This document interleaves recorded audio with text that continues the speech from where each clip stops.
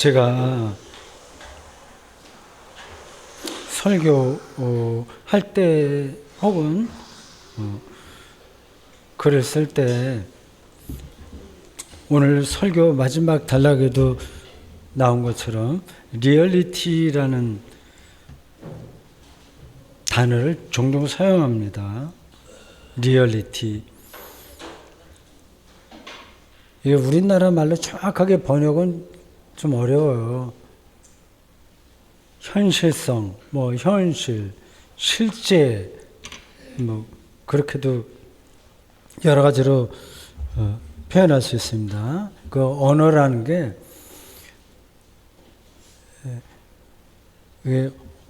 어떤 사유를 담고 있어서 그 사유를 이해하지 않으면 그 단어는 우리에게 잘 들어오지 않습니다. 그러니까 리얼리티, 뭐가 리얼리티냐 하는 거죠. 뭐가 참된 거냐고 하는 겁니다.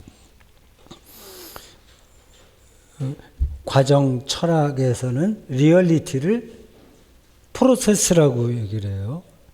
과정이 리얼하다는 겁니다. 여기 꽃이 있는데 씨앗 뿌려서 싹이 나오고 꽃이 피잖아요. 근데 이것의 리얼리티는 이 꽃이라든지 씨앗이라든지 이런 게 아니라 그 과정, 씨로부터 꽃에 이르기까지 그 프로세스, 그거라고 하는 겁니다. 그냥 그 과정 철학에 얘기하는 거를 가장 간단하게 설명한 겁니다. 그건 훨씬 더 그 안으로 들어가면 그런 논리가 왜 나오는지에 대한 복잡한 과정이 있어요. 아주 고대 그 그리스 철학자들에게는 그 리얼리티가 4개 원소로 생각하잖아요. 물, 불, 공기, 흙, 그렇게 얘기합니다. 장자나 노자 같은 사람들에게는 그 리얼리티가 뭘까요? 그건 도예요, 도. 그러니까 개념들이 다 다른 겁니다. 프로세스, 도, 4가지 원소, 이제 이걸로도 다 그거를 담아내는 게 아닙니다. 그 양자 역학에 들어가게 되면 그 양자가 리얼리티이겠죠. 근데 그 기독교에서는 그 리얼리티를 하나님이라고 얘기하는 겁니다. 그 리얼리티가 하나님인 거예요. 그러니까 그 리얼리티에 대한 철학과 물리학과 인문학이 뭐라고 얘기하는지를 우리가 알아야만 하나님을 말할 수 있는 거죠. 그거하고 상관없이 우린 하나님 어떻다 이야기하는 것만으로는 충분하지가 않습니다. 그러니까 세계가 리얼리티를 뭐로 이해하느냐를 우리가 알아야죠. 알면서 성경이 말하는 하나님 누구냐 하는 것을 이제 변증하는 겁니다. 그래서 리얼리티는 아직 확실하게 어떤 거다 말할 수가 없어요. 근데 그 하나님도 사실 그렇습니다. 어떻다 이렇게 말을 할 수가 없어요. 그래서 종말론적이라고 얘기하잖아요. 그게 오늘 설교에도 나온 이야기인데 종말로 열려 있다는 겁니다. 종말론적이라는 뜻이, 보통 우리는 기독교를 종말론, 에스카톨로지, 종말론 이렇게 하면 나중에 세상 끝나면 우리가 세상 심판받고 그리고 지옥 갈 사람 가고 천당 갈 사람 천당 간다, 그렇게만 이해하고 있습니다. 근데 그 종말론은 세상 마지막에 대한 이야기가 아니라 지금 여기서의 리얼리티가 뭐냐에 대한 이야기인 거예요. 그러니까 지금 여기 있는 것들은 아직 결정되어 있지 않고 종말을 향해서 열려 있다. 근데 기독교에서 하나님은 알파이면서 그 종말 오메가이라서 하나님 안에 그 모든 세계가 그 나왔고 거기서 유지되고 결정된다 이렇게 보는 겁니다. 제 말이 좀 잠깐 복잡했죠. 근데 무슨 말인지 여러분들이 조금은 들릴 겁니다. 약간 느낌은 있을 거예요. 그 약간씩 느끼는 게 정말 중요합니다. 이 기독교 신앙에서도 정답이 없어요. 이렇게 말하면 여러분들에게 어떻게 들릴지 모르지만 이 말은 우리가 하나님을 다 아는 게 아닌 거예요. 그 바울도 그래 얘기하지 않았습니까? 내가 모든 걸 다 이룬 것도 아니다. 나는 붙잡힌 바를 향해서 나아갈 뿐이다. 얘기했고요. 모든 그 위대한 신학자들도 열심히 많은 그 하나님에 대한 이야기를 하지만 나중에는 나 모른다. 되게 그렇게 이야기합니다. 근데 그게 중요한 겁니다. 근데 그 조금씩 그분에 대해서 느끼고 그러면서 동시에 느껴서 가까이 간 것 같은데 또 저 멀리 있어요. 그분은. 그러니까 아득한 거죠. 그런 경험이 신앙입니다. 다른 게 아니라. 자, 리얼리티 그 단어를 제가 기회가 있을 때마다 말씀드렸는데 그걸 조금 이제 느끼시라고 말씀드린 거예요. 판넨베르크는 이 문제를 이렇게 설명했습니다. 하나님은 만물을 규정하는 리얼리티다 이렇게 했어요. 디 알레스 베슈트멘데 비르클리카이트 독일어로는 리얼리티를 비르클리카이트라고 얘기합니다. 그러니까 그 독일어 비르클리카이트를 영역할 수가 없어요. 각각 단어들이 각 나라마다 그 언어들은 그 사람들의 고유한 세계를 담고 있어서 다른 말로 번역은 거의 불가능합니다. 대충 우리가 따라가는 거죠. 디 알레스 베슈트멘데 비르클리카이트. 그러니까 하나님은 세계를 규정하는, 결정하는 리얼리티다. 이렇게 말할 수 있습니다. 근데 이렇게 말하다 보면 우리 하나님은 인격적인 존재인데 왜 그렇게 철학적인 용어로 설명하려고 하지?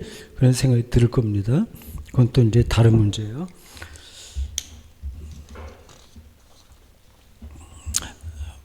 오늘 설교본은 그 바울이 쓴 고린도 후서입니다. 제가 설교 시작하면서 여러분들을 기원 50년 그 시대로 좀 안내해 보겠다고 말씀드렸어요. 그 느낌이 좀 전달되는지 모르겠습니다. 그 바울은 좀 독특한 사람이에요. 자칭 사도라고 했는데 설교 시간에도 얘기했습니다만은 예수님을 전혀 못 봤어요. 이 친견하는 건 중요한 거거든요. 예수님에 대해서 얘기하는데 예수님을 직접 만나보지도 못한 자가 자꾸만 자기가 제일 잘 아는 것처럼 얘기하니까 그 다른 사람이 어떻겠어요? 기분이 어떻겠어요? 근데 갈라디아서 이런 데 보면 이 바울이 베드로보다도 더 권위가 있는 것처럼 얘기해요. 내가 베드로 책망했다. 그런 얘기하고요. 그리고 사도행전 이런 데 보면 그런 걸 좀 느낄 수 있습니다. 바울이 예루살렘 지도자들의 눈치를 좀 많이 봤어요. 특히 예수님의 동생에 신경을 많이 쓴 것 같아요. 제가 부활의 주님을 만나고 자기 그런 거를 확인받기 위해서 예루살렘을 몇 번 방문합니다. 근데 별로 환영받지 못했어요. 그래도 자꾸만 갔습니다. 그 당시 바울의 위치가 어떤지는 우리가 지금 생각하는 거하고는 완전히 달라요. 그 역사에서는 만약이라는 게 성립 안 된다고 하는데 만약에 그 바울의 제자들이 바울을 그 뭐라 그러죠? 나중에 다시 높이는 거, 재조명하지 않았다면 바울은 뭐 이름이 남지 않았을 겁니다. 그래서 예수님의 동생 야고보가 그래도 좀 어느 정도는 좀 이 바울을 조금 도와주려고 했었다는 느낌은 좀 들어요. 근데 뭐 예수님의 동생이 또 마음대로 할 수 있는 것도 아니잖아요. 예루살렘에 있는 주로 이 사람들은 그 히브리 그리스도인들이에요. 유대인 그리스도인들이에요. 그들은 뼛속까지 유대인입니다. 그러니까 유대기를 전혀 포기하지 않았어요. 그 사람들의 눈에 볼 때 이 바울은 정말 복음 사역자로서 자격이 없는 사람이죠. 뭘 모르고 하는 것처럼 들린 거예요. 그런데다가 인간적인 약점도 많았고요.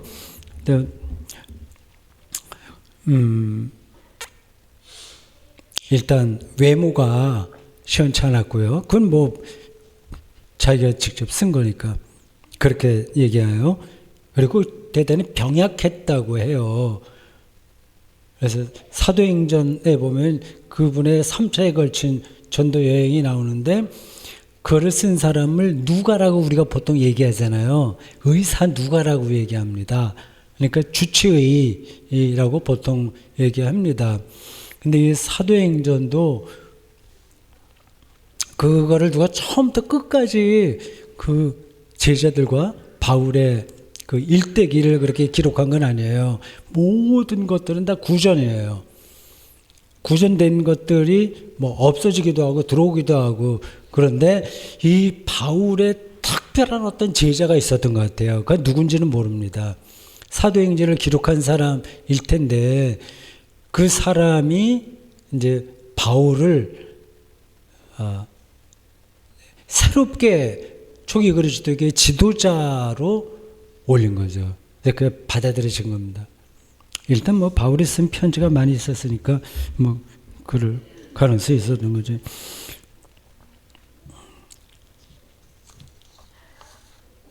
좀 몸도 약하고 사도적인 외적인 권위도 좀 없었고 해서 좀 왕따를 많이 당했는데 그의 어떤 사유 이건 아주 특별했습니다. 그래서 좋은 글을 많이 썼죠. 그 설교 앞부분에 겉사람 이야기하면서 외모 지상주의 잠깐 얘기했는데 그 일본 어떤 여성 글 쓰는 분이 쓴 이야기를 제가 전했잖아요. 맞는지 안 맞는지 모르겠습니다. 그 젊은 여자들은 화장을 하지 않아도 다 빛나잖아요.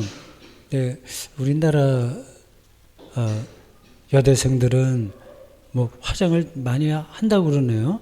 일본에는 그렇게 화장하는 여자들은 다 술집 계통에 일하는다고 하는데 제가 뭐 그건 아까 설교에서 했듯이 잘 모릅니다. 근데 독일에 있을 때 보면 학생들은 전혀 그런 거 꾸미는 거 없습니다. 뭐 누가 옳다 그러다 얘기하고 싶지는 않은데 외모지상주의가 우리 한국 사회에 상당한 영향을 끼치는 것 같아요. 근데 좋은 건 아니죠. 성형외과가 돈 잘 벌고 그렇죠. 장애 자녀를 키우는 사람들이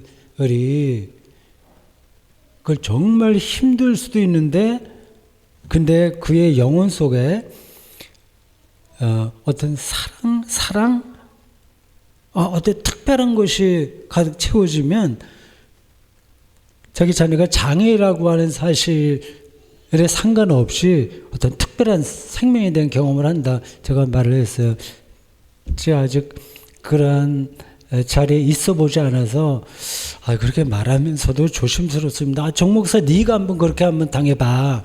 그런 말을 할 수 있는지 그런 말을 들을만 하긴 합니다. 그래서 저도 설교하면서 이게 정말 내가 실제 경험한 거를 해야 되는데 경험하지 않고 어떤 방향을 얘기하는 거라서 약간 조심스러울 때가 있긴 있습니다. 그러나 사람이 뭐 늘 직접 경험해봐야만 아는 건 아니잖아요. 간접 경험도 있고 하니까. 그리고 어떤 세계에 대해서 근원적인 것을 알게 되면 주변에 있는 것도 알게 됩니다. 그러니까 뭐 우리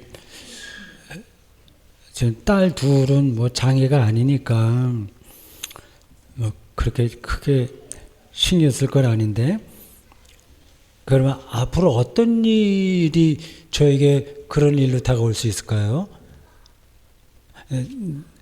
근데 나이가 들면서 장애가 된다는 건 뭐 치매 뭐 이런 거겠죠.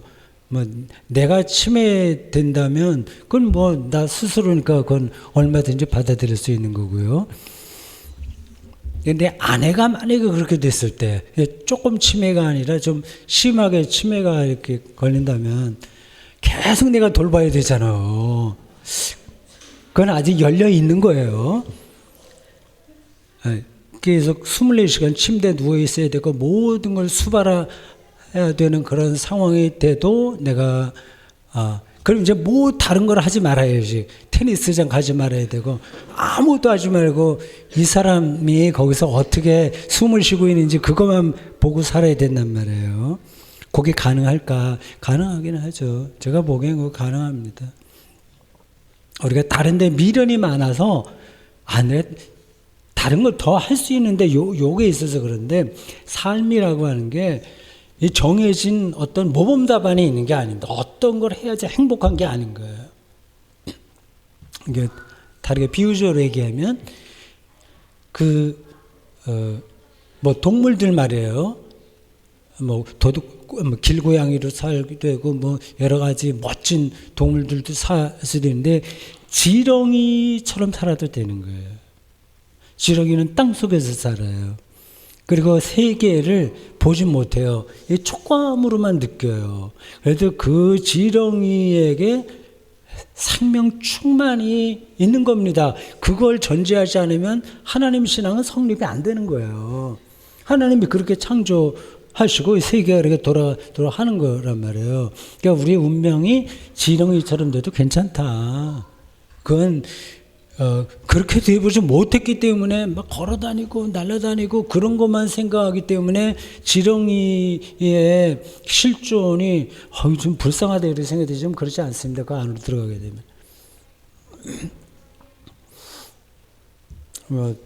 호스피스 그 경험도 마찬가지일 거고요. 네.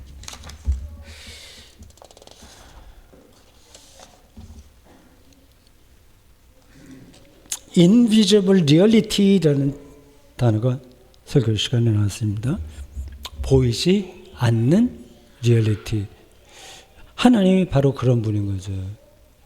보이지는 않으나 가장 리얼한 어떤 힘, 그걸 우리가 하나님이라고 얘기합니다. 그거는 느끼는 사람이 있고 못 느끼는 사람이 있는 거예요. 근데 이게 말로 잘 되지 않습니다. 아까 식사 시간에 옆에 있는 그 류원준 집사하고 약간 그 테니스에 대해서 얘기했는데,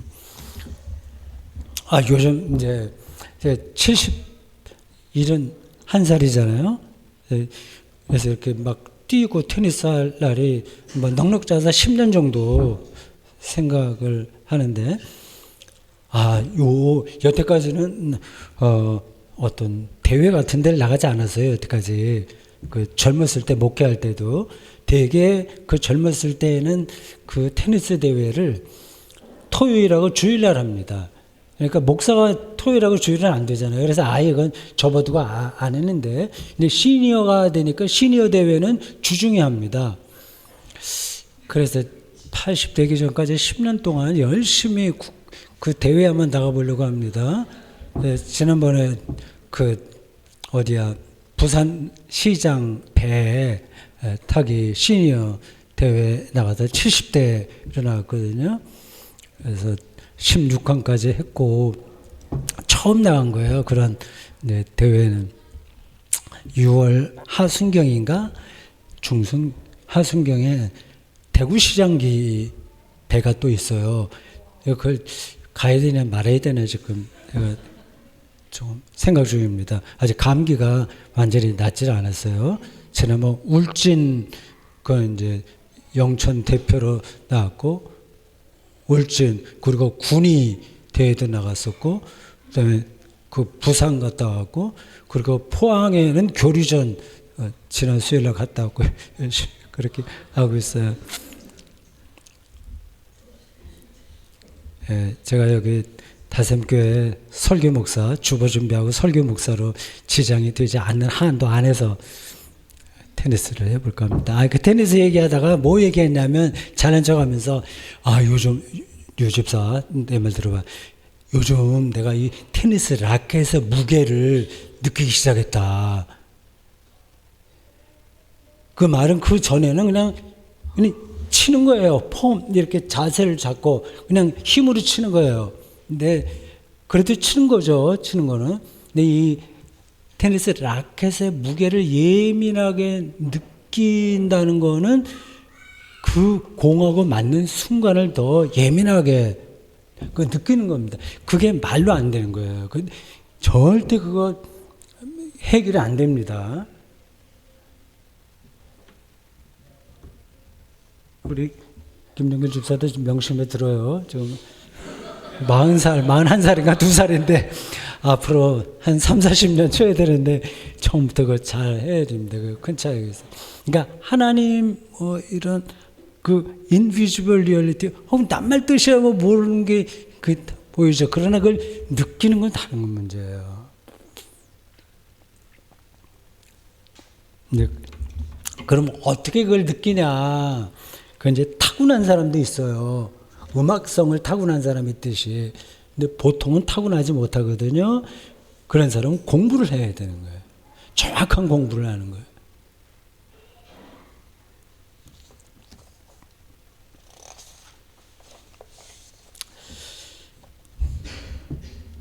하나님의 초월성을 얘기했습니다. 손오공처럼 구름 타고 다닌다거나 뭐 이런 차원이 아니라 하나님의 초월이라는 건 자꾸만 초월이라고 하는 말이 이제 우리를 조금 정확한 데 들어가지 못하게 하는 겁니다. 하나님의 초월이라고 하는 거는 피조물의 관점에서 봐서 그렇다는 거예요. 우리는 늘 제한적이에요. 인식론적 제한성에 있는 겁니다. 이게 철학적인 용어로 하자면 세계 내 존재예요. 세계 내 존재 안에 들어있어요. 피투적인 존재에 던져졌어요. 여기에.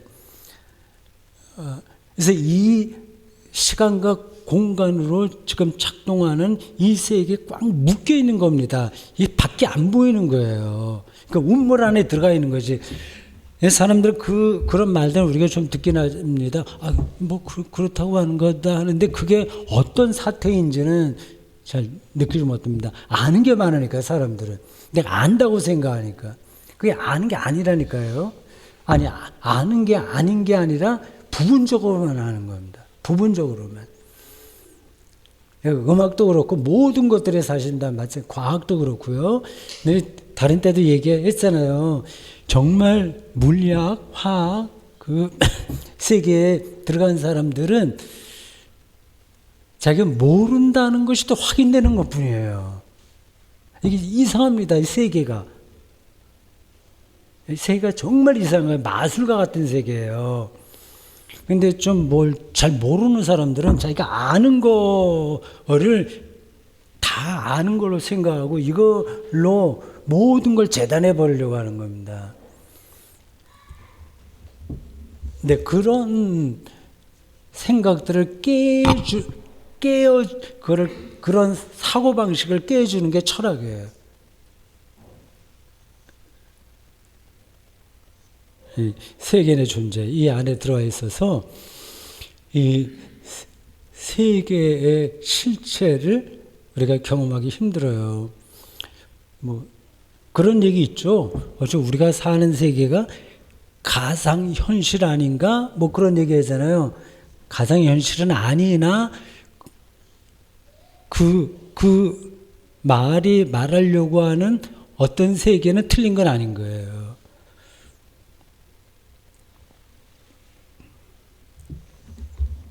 지금 제가 말씀드리는 이 모든 것들이 어떤 철학, 인문학, 뭐 그런 어떤 다른 학문만이 아니에요. 성경을 기록한 사람들은 제가 아주 초보적으로 이야기한 이 모든 것들을 다 알고 있는 거예요. 그 바탕에 깔고 하나님을 얘기하는 겁니다. 근데 그 성경을 읽는 사람들은 전혀 그게 뭔지를 모르고 그냥 낱말로만 그 성경을 읽고 들으니까 이 성경이 완전히 처세술로 떨어진다거나 뭐 복받는 어떤 수단이 된다거나 뭐 그런 정도에 떨어지게 되는 거죠. 그러면 안타까운 거예요.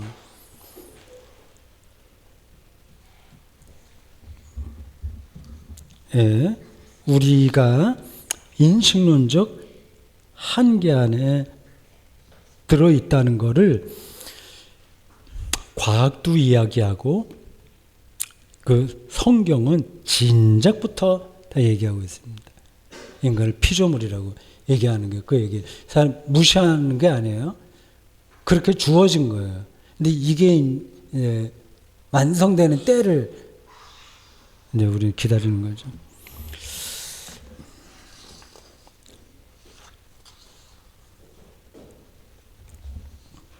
설교 마지막 단락쯤에 이런 얘기를 했습니다. 우리 육체가 다 늙고 죽고 썩는데 그렇다고 해서 이게 허무하다는 게 아니라고 말이죠. 고유한 유기체로 우리가 살고 있어요. 유기체라는 걸 잘 생각해 두십시오. 이게 유전자 결정론하고 대립되는 겁니다. 유전자 결정론 이쪽에서 말하는 건 유전자 우리 안에서 작동하고 내려오고 있다는 유전자가 우리의 운명을 결정한다고 얘기하잖아요. 그런 부분이 있죠. 유전자가 여러 가지로 우리의 삶에 영향을 끼치고 인류도 거기 지배받는 게 분명한 거죠. 근데 우리는 유전자 결정론에 떨어진다고 인간을 보지 않고 고유한 유기체로서의 인간을 이야기하는 겁니다. 그게 하나님의 형상이라는 거예요. 그러니까 그 유전자가 우리에게 영향을 끼치는 부분이 부분적으로는 있으나 이 유전자를 오히려 유기체가 영향을 주어서 작동하게 하는 거죠. 이게 이미 그 이기적 유전자를 쓴 누구예요? 예. 그분과 그분의 선생인 어떤 분의 대담에서 다 드러났습니다. 그 이기적 유전자에 대한 부분적인 책이나 어떤 그 소개 그런 거 읽고 지금 생물학이 이걸 다 받아들이는구나 생각하지 마십시오. 그렇지 않아요.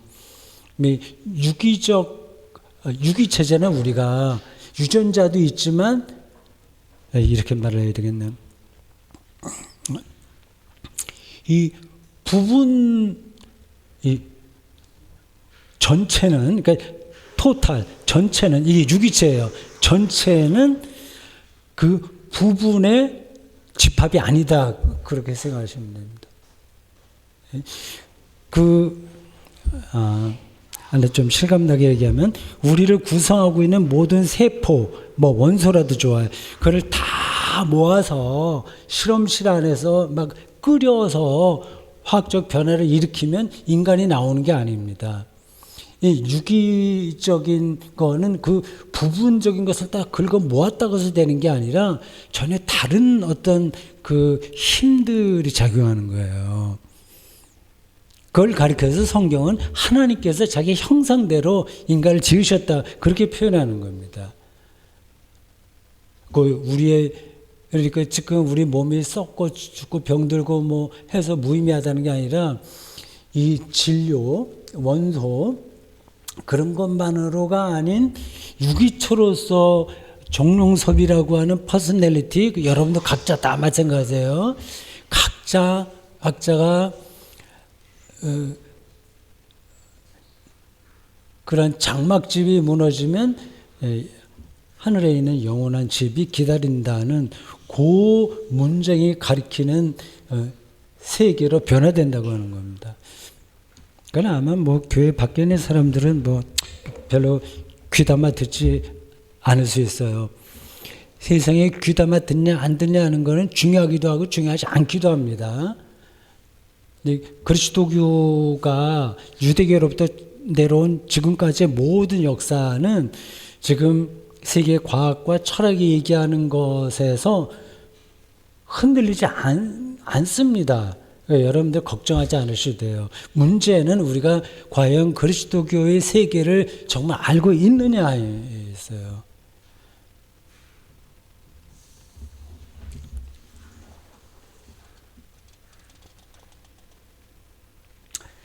자, 결론적으로 그렇게 얘기하겠습니다.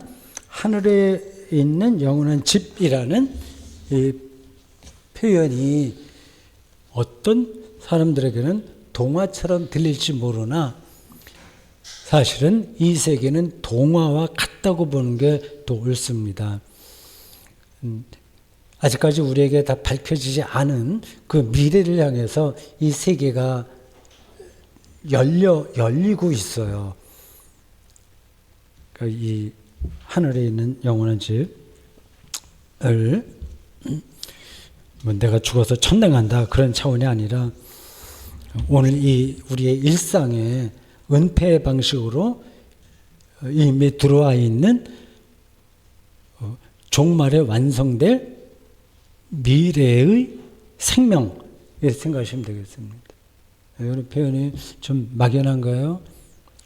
뭐 그래도 전달이 됐을 거라고 생각합니다. 자, 오늘 여기까지 하겠습니다. 질문 받겠어요. 고맙습니다.